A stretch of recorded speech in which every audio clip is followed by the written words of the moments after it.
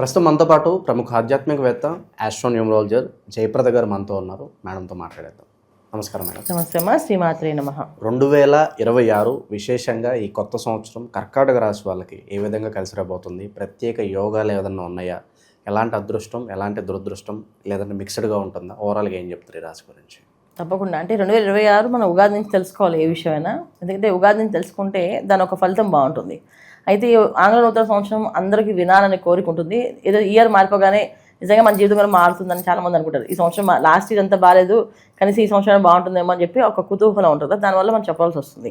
అయితే ఈ కర్కాటక రాశి వాళ్ళకి ఈ సంవత్సర ఫలితాలు ఎలా తీసుకోవాలి అనుకుంటే మనకి గురువు కర్కాటకలోకి రావడము. సో అంటే ఇప్పుడు అధిచార యోగంతో ఉన్నాడు ఆయన ప్రస్తుతానికి. సో జనవరి, ఫిబ్రవరి, మార్చి వరకు ఆయన కర్కాటకంలో ఉండి మళ్ళీ తర్వాత ఉగాది నుంచి మళ్ళీ కర్కాటకంలోకి వస్తాడు ఆయన. అంటే ఏంటంటే కర్కాటక రాశి వాళ్ళకి గురువు ఒక అనుగ్రహం ఉంది అనుకోవాలనుకుంటే ఉంది, లేదు అనుకుంటే లేదు. ఎందుకు అంటే ఇక్కడ మనకి ఎప్పుడు కొన్నా తన రాశిలో కంటే పక్క రాశిలో ద్వితీయ స్థానంలో కానీ, భాగ్యస్థానంలో కానీ, పంచమ స్థానంలో కానీ గురువు ఒక ఫలితాలు ఎక్కువగా ఉంటాయి రాశిలోకి ఉంటాయి. సో పంచమ స్థానం గురువుకి మీన రాశి నుంచి చూసుకుంటే కర్కాటక రాశి పంచమ స్థానం అయింది, కానీ కర్కాటక రాశిలో మాత్రం గురువు ఉన్నాడు. అంటే కర్కాటక రాశి వాళ్ళకి గురువు రాశిలో ఉన్నారు కనుక యోగిస్తుందా అంటే 100% యోగించాలి. ఎలా యోగించాలి అంటే వీళ్ళు చేసుకునే కర్మలు బట్టి యోగించాలి. ఎలాంటి కర్మలు ఉపయోగించాలంటే మంచి కర్మలు చేయాలి వీళ్ళు. కర్మ అంటే ఏంటంటే భక్తిగా ఉండడము, మంచిగా మాట్లాడడము, ఎదుటి వాళ్ళని ఎవరిని ఏమనకుండా హర్ట్ చేయకుండా ఉండడము, కాస్త చారిటీ చేయడము, అండ్ తర్వాత కాస్తంత ప్రతిరోజు ఏదో ఒక పారాయణ చేయడం వీళ్ళు. దానివల్ల వాళ్ళకి గురువు యోగిస్తాడు. ఇప్పుడు గురువు ఎప్పుడు కొన్నా నేను మీకు ఇస్తా అనరు. ఎలా ఉంటుందంటే నేను మీకు తోడుగా ఉన్నా ఇక్కడ, మీ పని మీరు చేసుకొని అంటారు. అందుకే నేనేదో మీకు ఎక్స్ట్రాగా వరాలు ఇస్తాను, అభయం ఇస్తాను అనరు. వారిని ఇవ్వాలి అంటే ఇంప్రెస్ చేయాలి. ఇప్పుడు ఏదైనా సరే, ఇప్పుడు మన ప్రమోషన్ కావాలంటే బాస్ని ఇంప్రెస్ చేయాలి. అలాగే ఇంట్లో పనంతా అందంగా చదివితే భర్తని ఇంప్రెస్ చేస్తే ఆయన ఇస్తారు. అలాగే భార్య చేస్తే భర్త ఇస్తాడు. ఇలాంటివి భార్య భర్త మధ్యలో అంటే ఏ విషయమైనా ఇంప్రెస్ చేస్తేనే మన పనులు అవుతాయి కదా. అలా గురువుని మనం ఎప్పుడు కొన్నా మేము ఖచ్చితంగా నిన్ను ప్రార్థన చేస్తున్నాం, నువ్వు లేకుండా మాకు గడవదు అనే ఉద్దేశంతో ఉన్న వాళ్ళకి 100% ఈ సంవత్సరం యోగిస్తుంది. లేదు ఇష్టరాజ్యంలో ఉన్న వాళ్ళకి మాత్రం గురువు ఉన్నా యోగించినట్టు కాదు. అది గురువు ఉంటాడు అక్కడ, కానీ యోగించారు వాళ్ళకి. ఎవరికి యోగించాలంటే ఇష్టం వచ్చినట్టు తిన్న వాళ్ళకి, ఇష్టం వచ్చినట్టు తిరుగుతున్న వాళ్ళకి, ఇంట్లో పెద్దవాళ్ళని వాళ్ళని గౌరవించకుండా మాట్లాడేవాళ్ళు, వాళ్ళ ఇష్టరాజ్యంలో చేసే వాళ్ళకి ఎవరికి కూడా గురువు ఒక అనుగ్రహం వీళ్ళకి రాదు, ఖచ్చితంగా ఉండదు. ఇది మాత్రం గుర్తుపెట్టుకోవాలి ఈ విషయం. ఏదైనా యోగించేస్తారు మాకెందుకు యోగించట్లేదు అంటే రోజు ర్యాష్ డ్రైవింగ్ చేస్తూ, నైట్ లేట్గా వస్తూ, ఇంటికి అర్ధరాత్రి వరకు బయట తిరుగుతూ, తర్వాత తెల్లవారు పొద్దున్న ఎప్పుడో భార్య కింద లేచిన వాళ్ళకి ఈ కర్కాటక రాశిలో గురువు యోగించడు. ఇది మాత్రం వాస్తవం. ఇంకా మనకి దశమ స్థానంలో, ఇక భాగ్యస్థానంలో ఇవన్నీ కూడా గ్రహాలు అంత అనుకూలంగా లేవు. ఎందుకంటే మనకి ఇక్కడ అష్టమ స్థానం, సప్తమ స్థానం, భాగ్యస్థానం. అష్టమ స్థానం వచ్చేసి రాహు ఉన్నాడు. నా భాగ్యస్థానంలో శనేశ్వరుడు యోగించాడు. భాగ్యస్థానంలో శనేశ్వరుడు యోగించాడని నమ్మకం అయితే ఏమీ లేదు. దానివల్ల ఇబ్బందులు, కష్టాలు ఏమేమి ఉంటాయంటే రాహు ఇచ్చే ఫలితాలు శనేశ్వరుడు ఇచ్చే ఫలితాలు రాహు ఇస్తాడు. ఇక అష్టమ రాహు ఇబ్బంది పడవచ్చు. ఎలాగంటే మనం మోసపడాలి కానీ, ఇబ్బంది పడ్డాలి కానీ, లేకపోతే ఎవరో మనతో వ్యాపారం చేపిస్తామని చెప్పి పెద్ద ఎత్తున లోన్ తీపించి ఆ లోన్ మన ఎత్తుని పడేసి వెళ్ళిపోవడం కానీ. సో ఈ సంవత్సరం వీళ్ళు చేయాల్సింది ఏంటంటే వ్యాపారాల జోలికి వెళ్ళకూడదు, తర్వాత షూటీల జోలికి వెళ్ళకూడదు. ఎవరికైనా షూటీ పెట్టారో వాళ్ళ లైఫ్ అక్కడితో అయిపోయిందని అర్థం. ఎవరికి షూటీ పెట్టకూడదు. సొంత వాళ్ళైనా సరే, సొంత అన్నదమ్ములైనా సరే చాలా పెద్ద పెద్ద గొడవలు అయ్యే అవకాశాలు ఉంటాయి. సో ఇంట్లో వాళ్ళకి, బయట వాళ్ళకి ఎవరికి కొన్నా షూరిటీ వీళ్ళ చేతితో పెట్టకూడదు. అలాగే వీళ్ళ చేతితో లోన్లు తీసుకోకూడదు. లోన్ తీసుకున్నా ఇబ్బంది పడతారు, ఆ లోన్ తీరదు, ఎప్పటికీ తీరదు. అలా తీరని అప్పుగా మిగులుతూనే ఉంటారు తప్ప, కడుతూనే ఉంటారు, వడ్డీలు తప్ప ఉండదు. అంటే ముఖ్యంగా క్రెడిట్ కార్డ్స్ బాగా వచ్చే కదా తీసేసుకోవడం, దాన్ని వాడడం చేయడం వల్ల చాలా ఇబ్బంది పడడం అనేది మామూలుగా ఉండదు, చాలా పెద్ద విషయమే. డబ్బు ఎంత వస్తుందో లెక్క లేకుండా ఖర్చు అయిపోయేది ఈ సంవత్సరం వీళ్ళకి. డబ్బు వస్తుంది, బ్రహ్మాండంగా వస్తుంది, అలాగే ఖర్చు అయిపోతుంది. ఎందుకంటే ఎలా వస్తుంది, ఎలా వెళ్ళిపోతుంది అనేది వాళ్ళ చేతుల్లో వాళ్ళ అంచనాలు కూడా వేయలేరు, అలా ఖర్చు అవుతుంది. ఏదో ఒక ఖర్చు, ప్రతిదీ కూడా ఇది కావాల్సిన ఖర్చు అనిపిస్తుంది. అంటే ఏది వృధా ఖర్చు కాదు, వాళ్ళు లెక్కలు వేసుకుంటే ఇది కావాలి, ఇది కావాలి, ఇది కావాల్సిన ఖర్చు అనుకుంటాం. ఇలా ఈ విధంగా ఈ సంవత్సరం అంతా డబ్బు అలా గడుస్తుంది. అంటే లాస్ట్ ఇయర్ మనకి 2025 ఎలా గడిచిపోయిందో తెలియదు కదా వాళ్ళకి. 2026 కొంత భారంగా నడుస్తుంది. ఎప్పుడవుతుంది ఈ సంవత్సరం అని చెప్పేసి అంత భారంగా నడుస్తుంది. ఎందుకంటే ఈ సంవత్సరంలో ఫలితాలు అలా ఉన్నాయి. అంటే లాస్ట్ ఇయర్ ఇంత స్పీడ్గా ఈ ఇయర్ మనకి అయినట్టు అనిపించదు. దానితోడు విపత్తులు చాలా ఎక్కువగా ఉన్నాయి.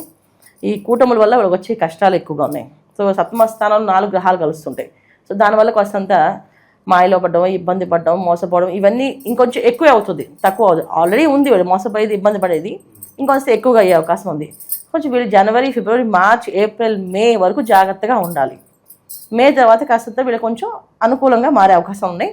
కాస్తంత మంచి పనులు జరుగుతాయి వీళ్ళకి.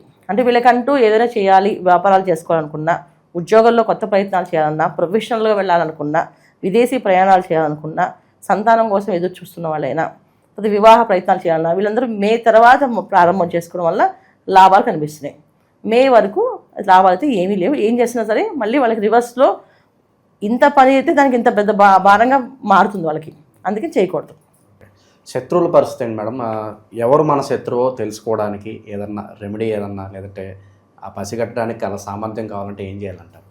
కర్కాటక రాశి వాళ్ళే శత్రువులు, వాళ్ళకి ఎవరు శత్రువులు ఉండరు. ఎందుకు రీజన్ ఏంటంటే వాళ్ళు చాలా సెన్సిటివ్గా ఆలోచిస్తారు. ప్రతి ఒక్క విషయాన్ని, ఒక చిన్న విషయం కూడా వాళ్ళు సెన్సిటివ్గా ఆలోచిస్తారు. ఎదురు వాళ్ళు చెప్పేది వేరేలా అర్థం చేసుకునే లక్షణం ఉండదు కూడా వీళ్ళకి. వాళ్ళు చెప్పేది ఒక విషయం అయితే వీళ్ళకి వేరేలా అర్థం అవుతుంది విషయం. ఎందుకు అంటే ఇప్పుడున్న గ్రహస్థితి వీళ్ళకి అలా అర్థం చేపిస్తుంది. ఎందుకంటే వీళ్ళు కష్టపడాలి. ఇప్పుడు ఒక ఆయన ఉన్నారు, మంచి పుణ్యాత్ముడు, పూజా పునస్కారం తప్ప బయట ప్రపంచంతో సంబంధమే లేదు. ఆయన పొద్దున్న లేస్తారు, జపం చేసుకుని పూజ చేసుకుంటారు. ఆయనకి ఎటువంటి కష్టం పెడతాం మనం? ఎవరైనా ఏ కష్టపడి ఆయన ఎవరి మాట వినడు. అసలు ఆయన జపం పూజా దేవుడు. ఆ పూజా దేవుడు జపం చేసుకునే అతనికి కూడా ఇబ్బంది వచ్చే అవకాశం ఈ సంవత్సరం ఉంది. ఎందుకు ఉంది? మరి గురువు ఆ రాశిలో ఉంటే వాళ్ళకి అదృష్ట యోగాన్ని కదా ఇవ్వాలి. మరి ఇవన్నీ ఎందుకు ఇస్తారు? అష్టమ రాహు మాయలో పడేస్తారు. ఆ రోజు పూజకి నేను సార్ మీరు మాకు పూజ చేయించండి సార్, మీ వల్లే మేము బయటపడాలి, మీరే మాకు అనుగ్రహం ఇవ్వాలని చెప్పి ఈయన పూజను ఆపుతారు. ఒక రోజున ఈయన వాళ్ళ కోసం వెయిట్ చేస్తూ ఉంటాడు. వాళ్ళు రారు.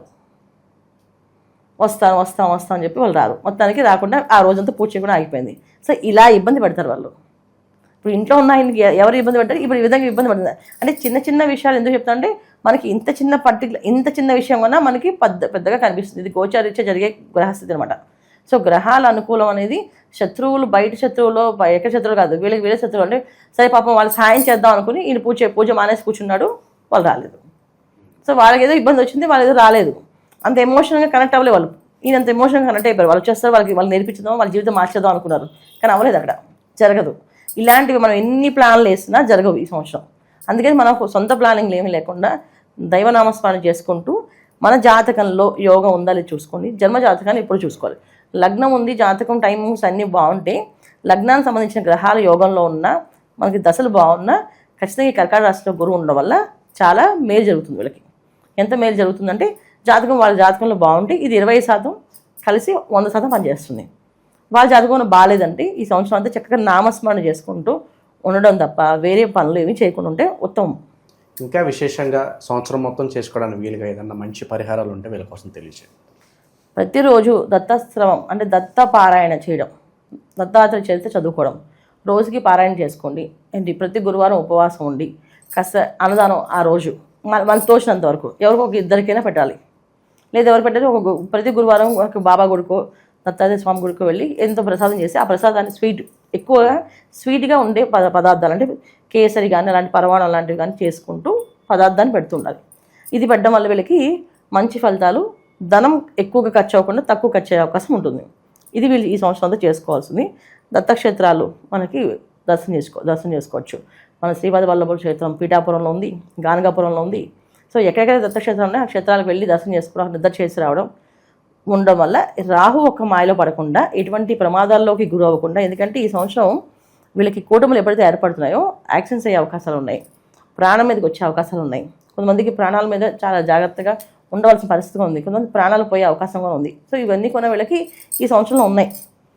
అందుకని వీళ్ళు కొంచెం జాగ్రత్తగా ఉంటే తర్వాత నుంచి అన్నీ అనుకూలంగా కలిసి వస్తాయి. ఓవరాల్గా ఈ 2026 ఈ రాశి వాళ్ళందరికీ కూడా ఏ విధంగా ఉండబోతుంది అనేది చాలా బాగా వివరించారు. ధన్యవాదాలు. నమస్తే అమ్మా. శ్రీమాత్రే నమః.